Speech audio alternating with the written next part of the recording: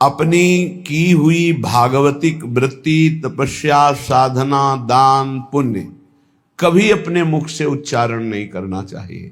दूसरा प्रशंसा करे तो कानों में अंगुली दे देनी चाहिए, नहीं सुनना चाहिए, नहीं सुकृत नष्ट हो जाते हैं। साधन का जो फल है वो आपको फिर नहीं प्राप्त होगा।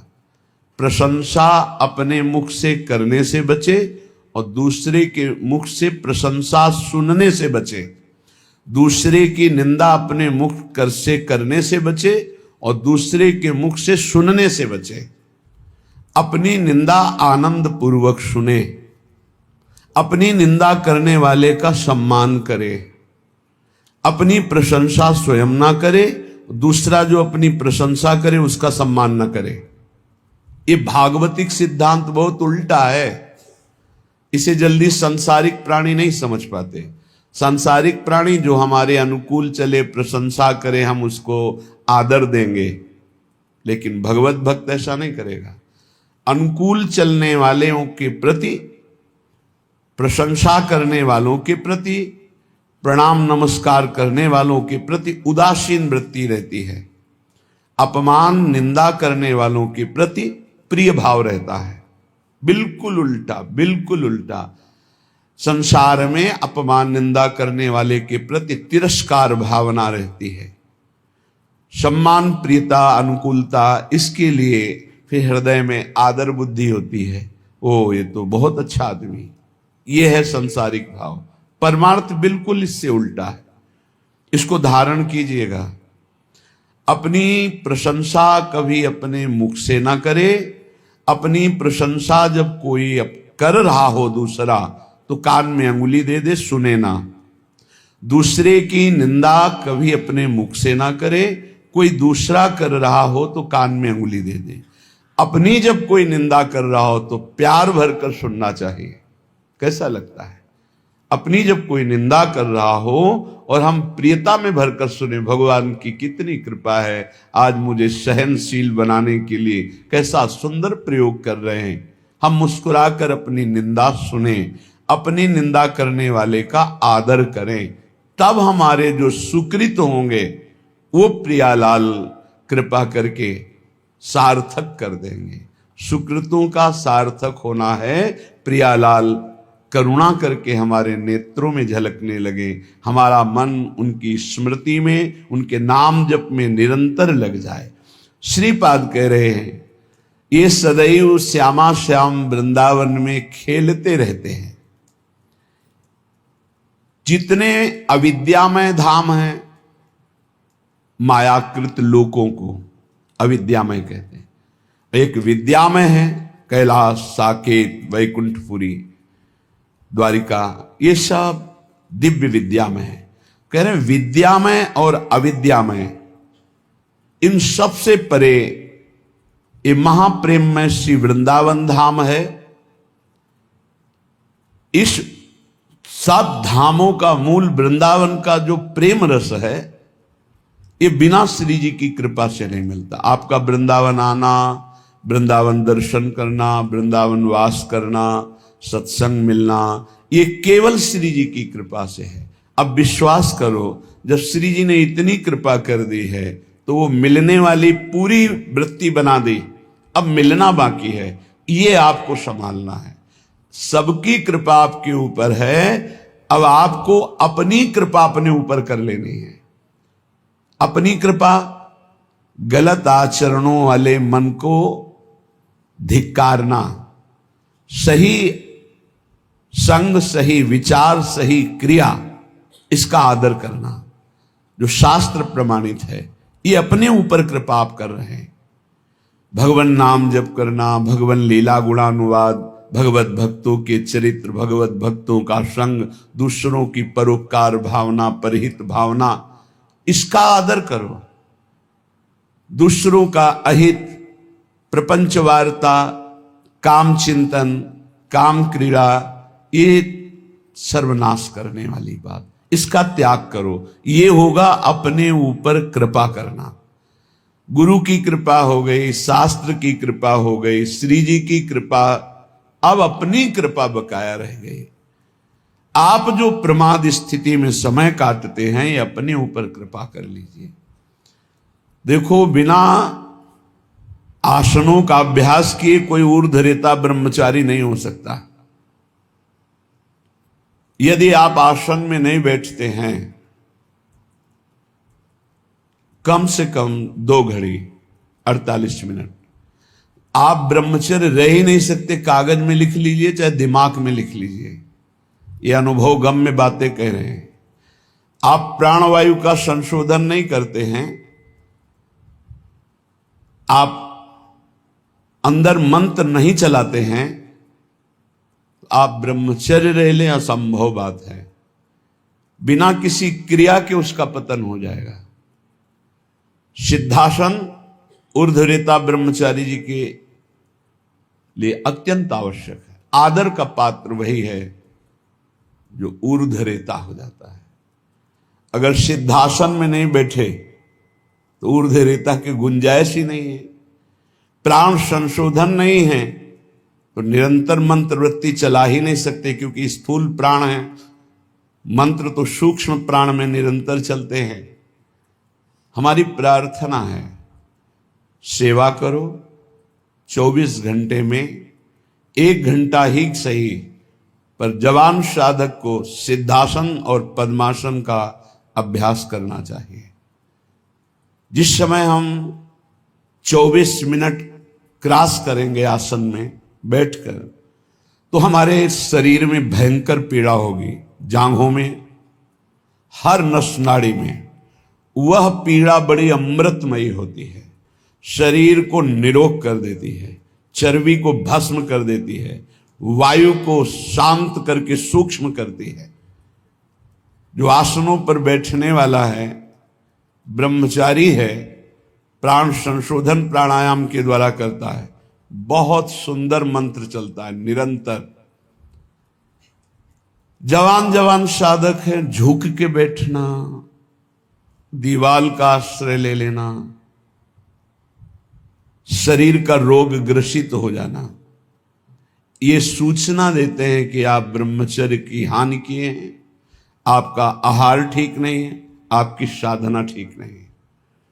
असाध्य रोग, आकस्मिक पूर्व पाप के परिणाम स्वरूप आ जाना, ये हो सकता है, पर वो हमारी साधना को बाधित नहीं कर सकता। प्रारब्ध साधना को बाधित नहीं कर सकता, ध्यान रखना। प्रारब्ध आया है, उसको भोगेंगे, साधना यथावत चलनी चाहिए, साधना में फर्क नहीं पड़ना चाहिए, तब भगवदानंद की प्राप्ति होती। इसीलिए कह रहे हैं हमारे ऊपर सब कृपा है, केवल अपनी कृपा करने की जरूरत है। आप लोग अपनी कृपा कीजिए। जैसे हम कहते हैं कि हमारे शरीर में ब्लड प्रेशर का रोग हो गया, हाई या लो, वो थोड़ी देर के लिए हमको शिथिल कर सकता है, लेकिन नहीं, वो हमारे साधन को नष्ट नहीं कर सकता, वो हमारे साधन को नहीं। हम सम में हैं, ब्लड प्रेशर हाई या लो, विषम में है, कोई फर्क नहीं पड़ता। और हम विषम चिंतन करते हैं तो ये सब सही भी हो तो ये गलत है। हमारा विचार, हमारी साधना प्रारब्ध नहीं बाधित कर सकता, ध्यान रखना। प्रारब्ध पाप कर्म का परिणाम है, और वर्तमान की हमारी साधना भागवतिक है। हमारी भागवतिक साधना को आच्छादित कर दे, इतनी बड़ी सामर्थ्य प्रारब्ध में नहीं है। प्रारब्ध बाधा खड़ी करता है, लेकिन हमारे भजन को नहीं रोक सकता, हमारी भागवतिक उन्नति को नहीं रोक सकता। लेकिन हम लोग इससे एक बेपरवाह से नजर आते हैं। धिक्कार है उस शिष्य को जब गुरु को आज्ञा देने में सोच करना पड़े, पता नहीं मानेगा कि नहीं मानेगा। इसीलिए परमार्थ की दिव्यता प्रकाशित नहीं हो रही। जीना, समय काटना, गुरु कृपा से कल्याण हो जाना, ये सब हो जाएगा, इस पे कोई चिंता की बात नहीं। लेकिन जीते दी अध्यात्म की भूमिकाओं पे विचरण करना, ये अपने ऊपर कृपा करना है। प्यारे, ये बहुत कीमती शरीर है, आपका कल्याण तो निश्चित है, लेकिन यदि आप यहां हजारों का कल्याण करके नहीं गए तो आपका साधु वेश धारण करना किस काम का? अपने कल्याण के लिए तो कोई खास बात नहीं। हमारी साधना अपने कल्याण के लिए नहीं होती, ध्यान रखना। हमारा कल्याण तो जिस दिन हम गुरु की शरण में हुए उसी दिन हो गया। अब हम साधना करते हैं इस जगत मंगल के लिए। साधु का पूरा जीवन परोपकार के लिए होता है, परहित के लिए होता है, दूसरों के दुखों का नाश करने के लिए होता है। रात दिन भजन करके फिर संकल्प बनता सर्वे भवन्तु सुखिना सर्वे सन्तु निरामया। इसलिए पूरा जगत उसे नमस्कार करता है। आप सबसे प्रार्थना है इस नाशवान मलमूत्र बनाने वाले शरीर को प्रिय मानकर केवल खान पान विश्राम शयन इसी में काटते रहोगे, जीवन रंग नहीं लाएगा। रंग लाने के लिए गुरु आज्ञा की कसौटी में कसना होगा, तब आप प्रियालाल की सेवा के आभूषण बनेंगे, तब आप प्रियालाल के श्रृंगार सेवा में आएंगे। बिना कसौटी में कसे, बिना आग में तपे निर्विकार नहीं होता। एक बार हिम्मत करो, तुम शरीर नहीं हो, ये शरीर छूटेगा, तुम्हें दिव्यता प्राप्त करनी है। दिव्य पार्थिव शरीर की आसक्ति वाला नहीं अनुभव कर सकता, इससे ऊपर उठो। बहुत घटिया सोच है यदि ये सोच बनी रहे कि मुझे अच्छा खाने को मिले, अच्छा सोने को मिले, अच्छा रहने को मिले, बहुत घटिया सोच है। रात के 12:30 बजे जग गए, अपनी दिनचर्या में लगे, 10:30 बजे तक लगे रहेंगे, फिर जाके ये हम इसलिए कह रहे हैं कि आप स्वस्थ हैं और आप कमाई नहीं कर पा रहे, चाहे गृहस्थ हो या विरक्त। अरे मरना है यार, जाना है यहां से, अच्छी नाम की कमाई कर लो, अच्छी अध्यात्म की उन्नति कर लो, लाखों का कल्याण कर दोगे। सतरति सतरति सा लोकांतारयति, हमारा जन्म दूसरों का मंगल करने के लिए हुआ है। आप विश्वास कीजिए, बहुत घाटे का सौदा हो रहा है, बहुत घाटे का। किसको चढ़ाएं, किसको उत्तम रीति में पहुंचाएं, जब तक हमारी आज्ञा पर तुम बलिदान होना नहीं चाहोगे तब तक नहीं बन सकता। पंच प्यारों की रचना जानते हो कैसे हुई थी? हमें तुम्हारा रक्त चाहिए, तुम्हारी गर्दन चाहिए, खड़े हो सभा में कौन? तो एक खड़े हुए, अंदर गए और ऐसे रक्त की धारा चल पड़ी। अब दूसरा कोई खड़ा हो, 5 केवल खड़े हुए थे लाखों की सभा में, फिर 5 को निकाल के लाए क्योंकि काटा नहीं था, वहां केवल लीला की थी, अन्य रक्त की लीला केवल हुई थी, वहां किसी की हिंसा नहीं हुई थी। सब आश्चर्यचकित हो गए, ये हैं 5 और एक एक से इतनी सामर्थ्य भर दूंगा कि 1.25 लाख को एक परास्त कर देगा। परम पूज्य श्री गुरु गोविंद सिंह के वचन, एक को 1.25 लाख परास्त करने वाली सामर्थ्य तैयार करो, क्यों? प्राणों को बलिदान कर दिया। नारायण अति कठिन है हरि मिलन की बाट, या में पग पीछे धरे प्रथम शीश दे काट। चाहे गृहस्थ हो चाहे विरक्त, दिव्यानुभूति के लिए तुम्हारा मानव शरीर मिला है, पार्थिव भोगों के लिए नहीं। पर इसमें आपको अपनी कृपा करनी बकाया रह गई। सब कृपा आपके ऊपर है, आप अपनी कृपा कर ले, बस इसमें हमें सब घाटा नजर आ रहा है।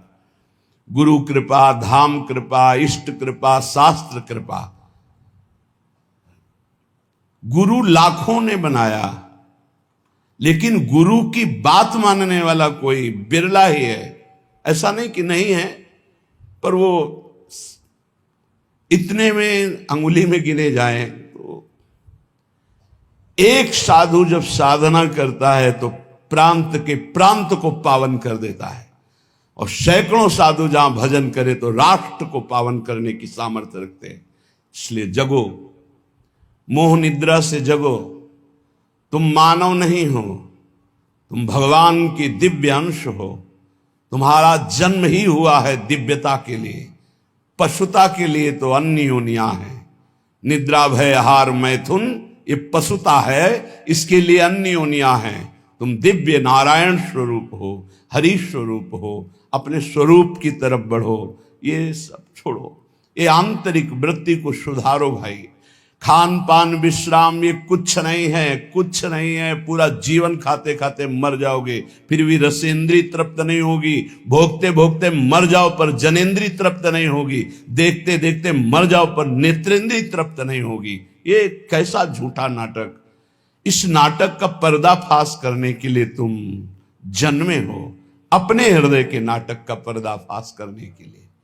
यही सुकृत है, यही तप है, और ऐसे हृदय वालों का आकर्षण श्री प्रियालाल करते हैं।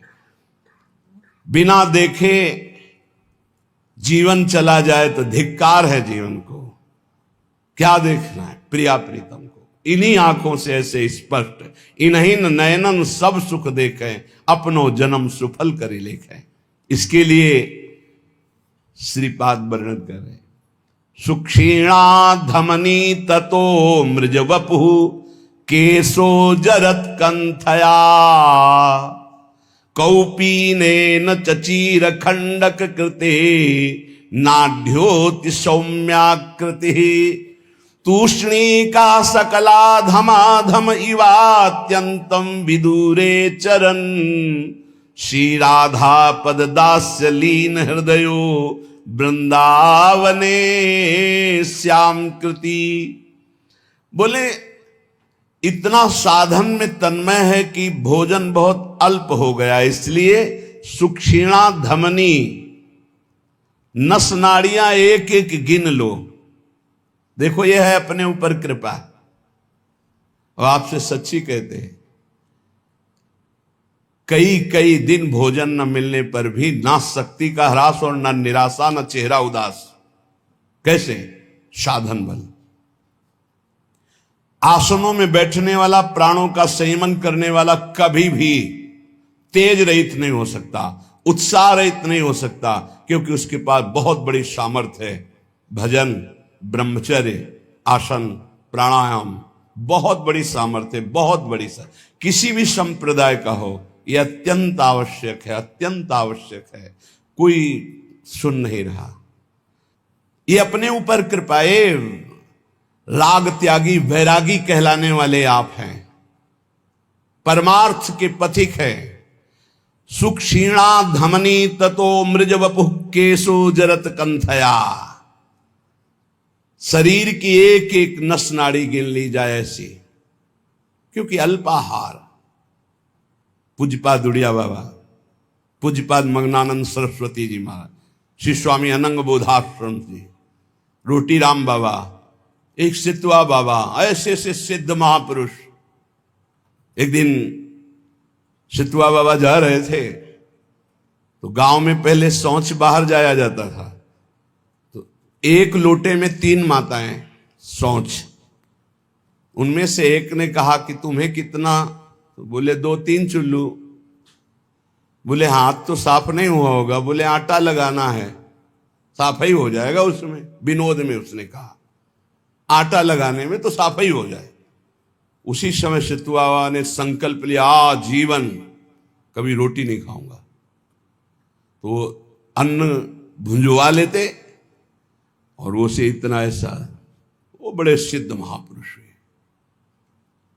रोटी राम बाबा जिस समय प्रधानमंत्री इंदिरा गांधी थी, ये दर्शन करने जाया करती थी, जिससे देवराहा बाबा के से बड़े सिद्ध महापुरुष रोटी राम। बस हाथ में ऐसे रोटी ले ली, बस उसी को पास, बस ये 56 प्रकार के भोग प्रियालाल पावे। देखो स्वामी जी उत्तम भोग लगाए, मोर मरकट को सेवे। ऐसे प्रसाद बिहारी जी का ले लेते हो सब।